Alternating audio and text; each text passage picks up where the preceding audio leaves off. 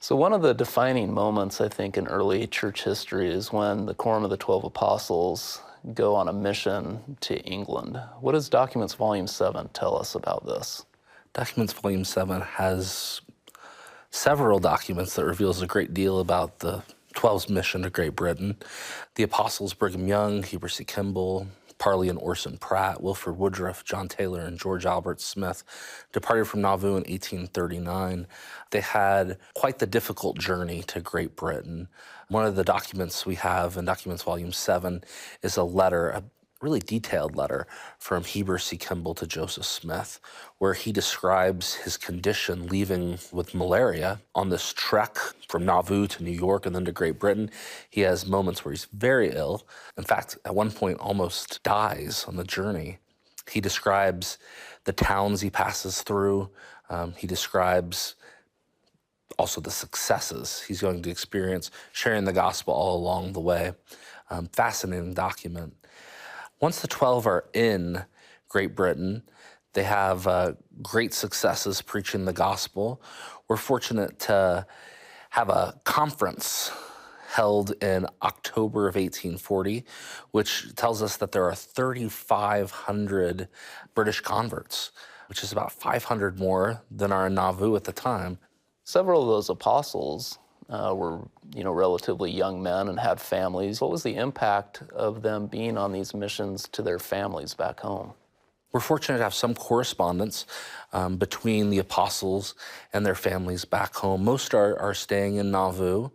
These letters tell us about the joys and the faith and the prayers of the people in Nauvoo. They also detail some hardships, which are even hard to read. Phoebe Woodruff writes her husband, Wilford Woodruff, and tells him that he's lost a child when he's about midway into his journey. It wasn't easy. I think when we think about the mission to Great Britain, we shouldn't just focus on the apostles, but we should also think about those sacrifices of their families. Now, you talked a little bit about the success that the apostles had when they were in Great Britain. Didn't they try to set up some publishing endeavors while they're over in England as well? Soon after their arrival, the 12 realized they needed some forum to combat anti-Mormon propaganda, as well as to serve as a forum to keep the branches together and united. And so they began publishing the Millennial Star, the longest-running church periodical, and finished its run in 1970. They tried other publishing opportunities. Eventually, they're going to publish a series of tracts in Great Britain. They'll eventually publish the Book of Mormon. They'll publish a hymn book.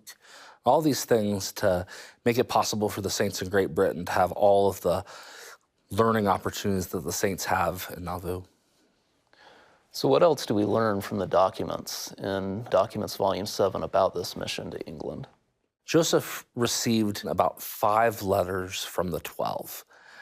In which they express their successes in the mission, their concerns. One letter from Brigham Young and Willard Richards includes a list of questions they wish they could have the prophet answer for them.